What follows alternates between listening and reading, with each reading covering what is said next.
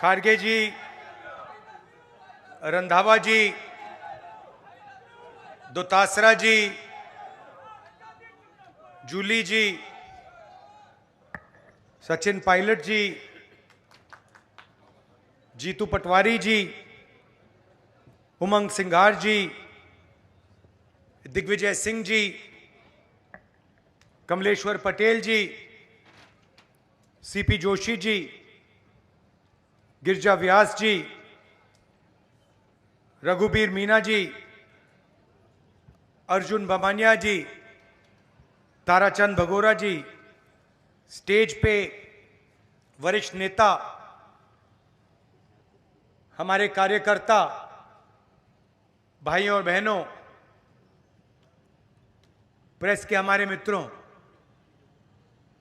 आप सबका यहां बहुत बहुत स्वागत, नमस्कार। थोड़ा प्रोग्राम लेट चल रहा है, आपको यहां थोड़ा ठहरना पड़ा, इसके लिए मैं आपसे माफी मांगता हूं। एक साल पहले कन्याकुमारी से कश्मीर तक हम भारत जोड़ो यात्रा पे चले। राजस्थान से निकले, 4000 किलोमीटर समुद्र से हिमालय तक चले और रास्ते में हजारों लोगों से मेरी डायरेक्ट बातचीत हुई। युवाओं से, बुजुर्गों से, किसानों से,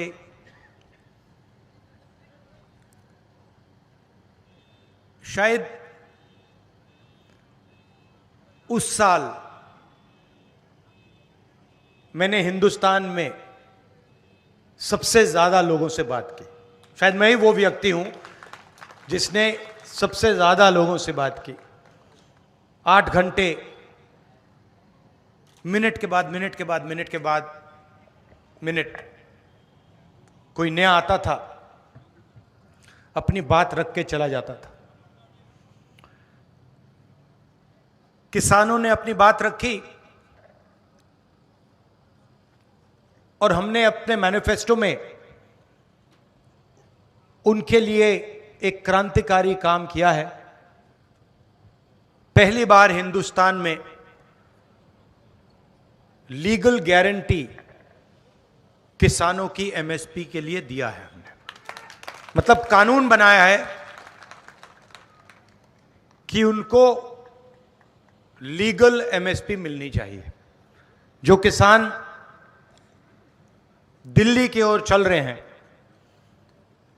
जिनको सड़कों पे रोका जा रहा है, उनकी मांग हमने पूरी कर दी है अपने मैनिफेस्टो में। जाति जनगणना की मैंने बहुत बात की है। थोड़ा सा आज कहना चाहता हूं। देश में 50% पिछड़े वर्ग के लोग हैं, 8% आदिवासी भाई बहन हैं, 15%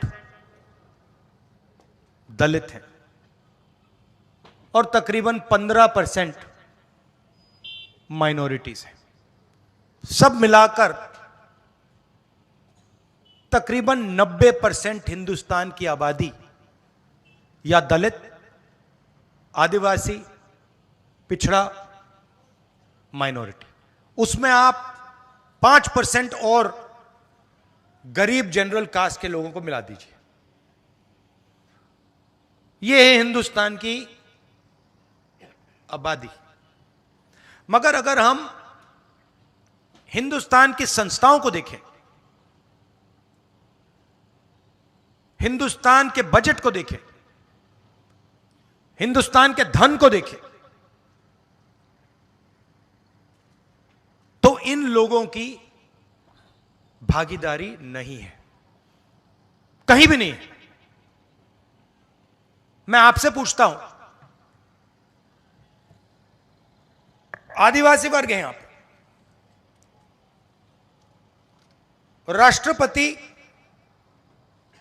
आदिवासी हैंगे ना? ठीक है। राम मंदिर का इनॉग्रेशन हुआ, आपको टीवी पे उनका चेहरा दिखा? क्यों नहीं? ये फिर से बोलो, क्यों नहीं? क्योंकि वो आदिवासी हैं, हिंदुस्तान की राष्ट्रपति हैं, मगर उनको सीधा मैसेज दिया गया कि राम मंदिर के इनॉग्रेशन में आप राष्ट्रपति हो, कुछ भी हो, आप आदिवासी हैं, आप अंदर नहीं आ सकती हैं। सोच वहां से शुरू होती है। आपने टीवी देखा, राम मंदिर के इनॉग्रेशन में आपने किसी गरीब को देखा? किसान, मजदूर ना था? कौन था? अंबानी था, अदानी था, बॉलीवुड की पूरी लाइनअप थी, सारे के सारे थे, उद्योगपति अरबपति थे, मगर राम मंदिर के इनॉग्रेशन में एक गरीब नहीं था, एक किसान नहीं था, एक बेरोजगार युवा नहीं था, एक विकलांग नहीं था, कोई नहीं था। दो हिंदुस्तान बने हुए हैं, एक 5% वाला और दूसरा बाकी लोगों का। और किसी भी एरिया में आप देखो, कहीं भी देखो,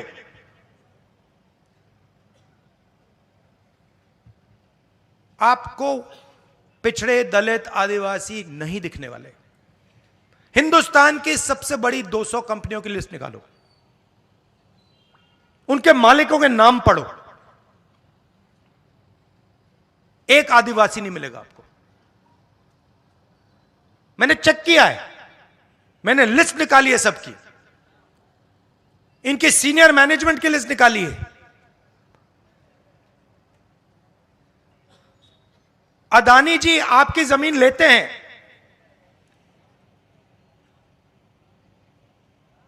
आपका जल छीनते हैं, जंगल छीनते हैं, मगर उनकी कंपनी में सीनियर लेवल पे आपको एक आदिवासी नहीं मिलेगा, एक दलित नहीं मिलेगा, एक पिछड़ा नहीं मिलेगा, और हिंदुस्तान की सबसे बड़ी 200 कंपनियों में नहीं मिलेगा। मीडिया में देखो, खारगे जी कह रहे हैं सिर्फ नरेंद्र मोदी दिखते हैं। कारण है, इनके मालिकों की लिस्ट निकालो, इनके बड़े बड़े रिपोर्टर्स की लिस्ट निकालो, एक पिछड़ा नहीं मिलेगा, एक दलित नहीं मिलेगा, एक आदिवासी नहीं मिलेगा। 90% हो आप हिंदुस्तान के, 90%। उसमें गरीब जनरल कास्ट भी जोड़ दो, 5% और ले लो, और जोड़ दो। मीडिया में आपका कोई नहीं, बड़ी कंपनियों में आपका कोई नहीं। हिंदुस्तान के बजट को 90 लोग चलाते हैं, आईएएस अफसर हैं। राजस्थान में भी वही है, यहां पे राजस्थान की सरकार को 60-70 लोग चलाते हैं। उनकी लिस्ट निकालो। दिल्ली वाली मैंने निकाली है, उत्तर प्रदेश की निकाली है, राजस्थान की नहीं निकाली है, निकाल दूंगा। आपको एक आदिवासी नहीं मिलेगा। 90 में से 3 पिछड़े वर्ग के लोग हैं, 3 दलित हैं, एक आदिवासी। अगर हिंदुस्तान की सरकार 100 रुपए खर्च करती है बजट में, तो आदिवासी अफसर जिनकी आबादी 8% है, वो 100 रुपए में से 10 पैसे का निर्णय लेता है। तो आपकी भागीदारी कहीं है ही नहीं। तो फिर मैंने अपने आप से सवाल पूछा, भाई ये कंपनियों में नहीं है, ये मीडिया में नहीं है, ये प्राइवेट अस्पतालों में नहीं है, ये प्राइवेट स्कूल यूनिवर्सिटी कॉलेजेस में नहीं है, ये सरकार में नहीं है, तो है कहां? फिर मैंने मनरेगा की लिस्ट निकाली, उसमें आदिवासी, पिछड़े, दलित सब भरे हुए हैं। कॉन्ट्रैक्ट लेबर की लिस्ट निकाली, मजदूरों की लिस्ट निकाली, उसमें भरे हुए हैं। 90% का काम हिंदुस्तान में मजदूरी करने का है, 5% का काम देश की हर संस्था को कंट्रोल करने का है।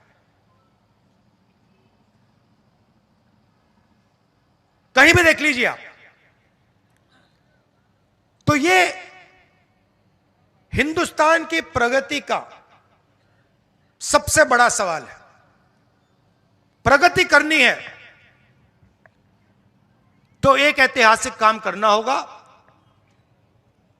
जैसे जब तो चोट लगती है, डॉक्टर आपसे कहता है एक्सरे करो, कहता है ना, कहता है, वैसे ही मैं कह रहा हूं, हिंदुस्तान के गरीबों को चोट लग रही है, दलितों को, आदिवासियों को, पिछड़ों को, गरीब जनरल कास्ट को चोट लग रही है, एक्सरे करा दो।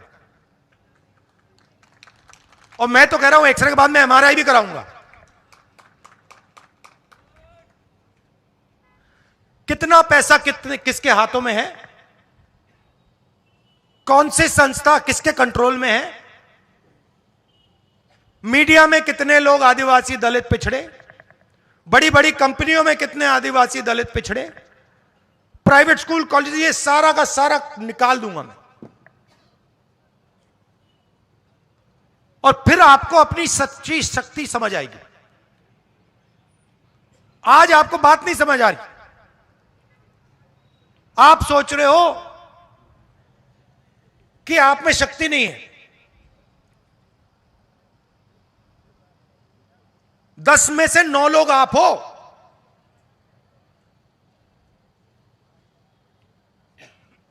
और आपके सब रास्ते बंद कर दिए। पहले आर्मी में जाते थे, अग्निवीर कर दिया। पहले पब्लिक सेक्टर हुआ करता था, पूरा का पूरा प्राइवेटाइज कर दिया। पहले पब्लिक सरकारी कॉलेजेस, सरकारी स्कूल होते थे, अच्छे चलते थे, पूरे के पूरे बंद कर दिए। पहले सरकारी अस्पताल होते थे, बंद कर दिए प्राइवेट। तो जब भी आपके जेब से पैसा निकलता है, वही 5% के जेब में जाता है। पेट्रोल का पैसा भरते हो, 5% के जेब में जाता है। सड़क पे टोल देते हो, 5% के जेब में जाता है। फल खरीदते हो, 5% के जेब में जाता है। आप जितनी जीएसटी देते हो, उतनी अदानी देता है। आप टी शर्ट खरीदो, 200 रुपए की टी शर्ट खरीदो, 300 रुपए की टी शर्ट खरीदो, वो खरीदे, जितनी आप देते हो उतनी वो देता है। आप मजदूरी करते हो, वो प्राइवेट हवाई जहाज में उड़ता है, टैक्स एक जितना। तो जाति जनगणना से ये सब साफ हो जाएगा। देश को पता लग जाएगा, 90% को समझ आ जाएगी बात, भैया कैसे हमें इस देश में ठगा जा रहा है।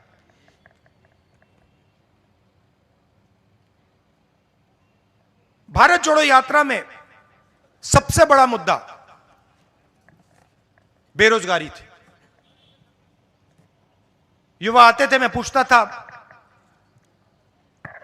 क्या करते हो? राहुल जी बीटेक हूं, एमबीए किया, मेडिसिन पढ़ी, कंप्यूटर प्रोग्रामर हूं। क्या करते हो? कुछ नहीं, रोजगार नहीं है।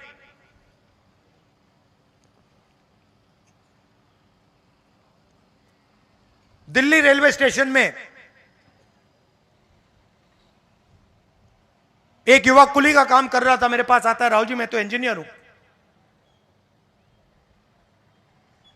सिविल इंजीनियरिंग की है मैंने, 5-10 लाख रुपए मैंने प्राइवेट इंस्टीट्यूशन को दिए, अब मैं कुली का काम कर रहा हूं। नरेंद्र मोदी जी कहते हैं पकोड़े बेचो। और सबसे जरूरी मुद्दा है देश के सामने। तो आज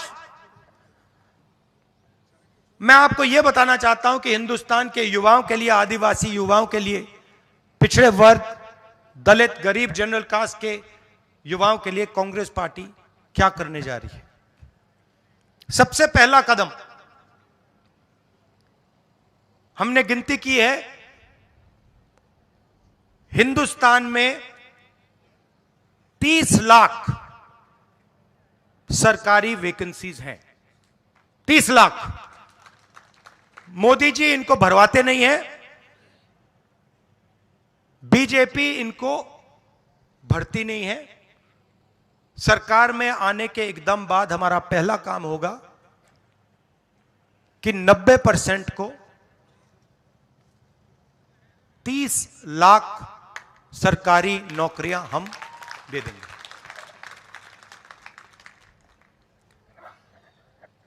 दूसरा ऐतिहासिक काम, हम मनरेगा प्रोग्राम लाए थे, रोजगार का अधिकार। लाखों लोगों को फायदा हुआ, अधिकार दिया हमने। वैसे ही हम हिंदुस्तान के युवाओं को, सब युवाओं को अप्रेंटिसशिप का अधिकार देने जा रहे हैं। और यह अधिकार हर ग्रेजुएट, हर डिप्लोमा होल्डर को मिलेगा। अधिकार क्या है कि कॉलेज, यूनिवर्सिटी, डिप्लोमा के एकदम बाद 1 साल के लिए हर ग्रेजुएट को प्राइवेट कंपनी में, सरकारी ऑफिस में 1 साल की अप्रेंटिसशिप दी जाएगी और 1 लाख रुपए उसे 1 साल में दिया जाएगा। और यह हर ग्रेजुएट के लिए किया जा रहा है। ये जो लाखों लोग कह रहे हैं कि हम बेरोजगार हैं, कॉलेज के एकदम बाद अगले दिन इनको अप्रेंटिसशिप मिल जाएगी और यह अधिकार होगा।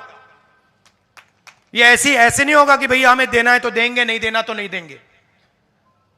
यह मनरेगा जैसा अधिकार होगा, कानूनी अधिकार अप्रेंटिसशिप का आपको दे रहे हैं। इससे देश में करोड़ों युवाओं को फायदा होगा, ट्रेनिंग मिलेगी और पहला साल का, एक प्रकार से पहले साल का रोजगार मिलेगा। भारत जोड़ो यात्रा में बहुत सारे युवा आए, कहते हैं राहुल जी हमने एग्जाम की तैयारी की, हम गरीब हैं, 3-4 महीने हमने मतलब रात दिन कर दिए, एक कर दिए। एग्जाम के दिन पता लगता है 5% वालों के टेलीफोन पे पेपर लीक।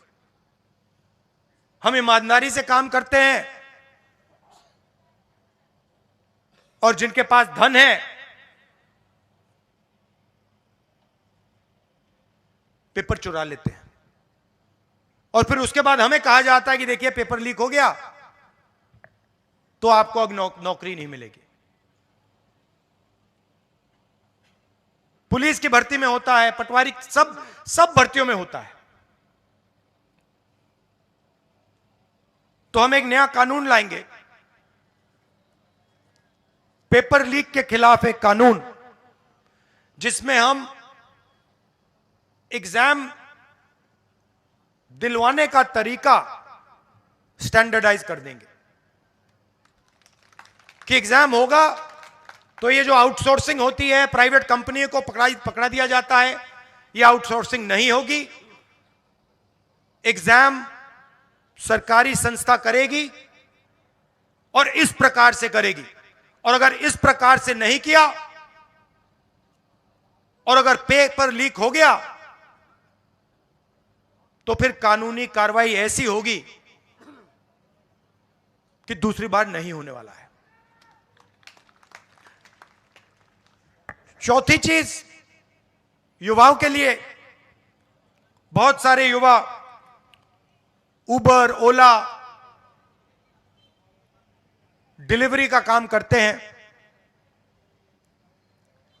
इसको अंग्रेजी में गिग वर्कर्स कहते हैं। और राजस्थान में हमने इनके लिए कानून बनाया था, इनकी रक्षा के लिए, इनकी पेंशन के लिए, इनकी सोशल सिक्योरिटी के लिए। जो कानून हमने राजस्थान में बनाया था, वही कानून हम पूरे हिंदुस्तान में लागू करने जा रहे हैं कि जो ड्राइवर का काम करता है, सिक्योरिटी गार्ड का काम करता है, उबर का काम, ओला का काम, ये पिज्जा डिलीवरी जो होती है, ये जो सब युवा हैं, इनकी रक्षा हो, इनका एक प्रकार से पेंशन हो, सोशल सिक्योरिटी हो, और इनको एक दिन में सड़क पे ना करा जा सके। तो इसके लिए हम एक हिंदुस्तान में एक कानून बना रहे हैं। और पांचवी चीज, यह भी ऐतिहासिक चीज, नरेंद्र मोदी जी ने स्टार्टअप इंडिया किया, स्टैंड अप इंडिया किया, मेक इन इंडिया किया, कोई फर्क नहीं पड़ा। वो सारा का सारा 2-3 अरबपति उठा के ले गए। नरेंद्र मोदी जी की मार्केटिंग जरूर कर दी, टीवी पे उनका चेहरा जरूर दिखा दिया, मगर जो युवा हैं उनको ना स्टार्टअप मिला, ना मेक इन इंडिया मिला। तो हमने 5,000 करोड़ रुपए स्टार्टअप्स के लिए एक फंड बनाया है, और हर डिस्ट्रिक्ट में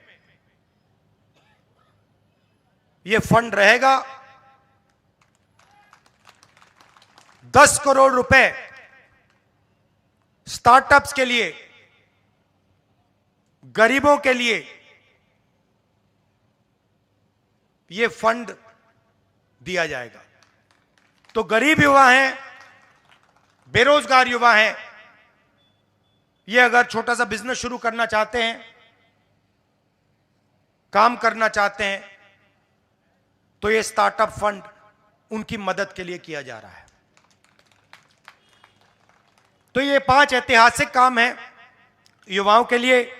भर्ती भरोसा, 30 लाख वैकेंसीज भरना, पहली नौकरी पक्की, अप्रेंटिसशिप वाला कानून, पेपर लीक से मुक्ति, पेपर लीक वाला कानून, गिग वर्कर्स के लिए सोशल सिक्योरिटी, और युवा रोशनी 5,000 करोड़ रुपए डिस्ट्रिक्ट्स में स्टार्टअप्स के लिए। तो ये हम आपके लिए करने जा रहे हैं। अंत में आपसे कहना चाहता हूं कि आपकी आदिवासियों की जल, जंगल और जमीन की लड़ाई हमारी लड़ाई है। आपके साथ हम खड़े हैं। हम पैसा कानून लाए, जमीन अधिकरण कानून लाए, और जो भी हम आपके लिए कर सकेंगे, शिक्षा के लिए, स्वास्थ्य के लिए, जल, जमीन, जंगल के लिए, हम आपके लिए करेंगे, दिल से करेंगे। बहुत बहुत धन्यवाद। जय हिंद।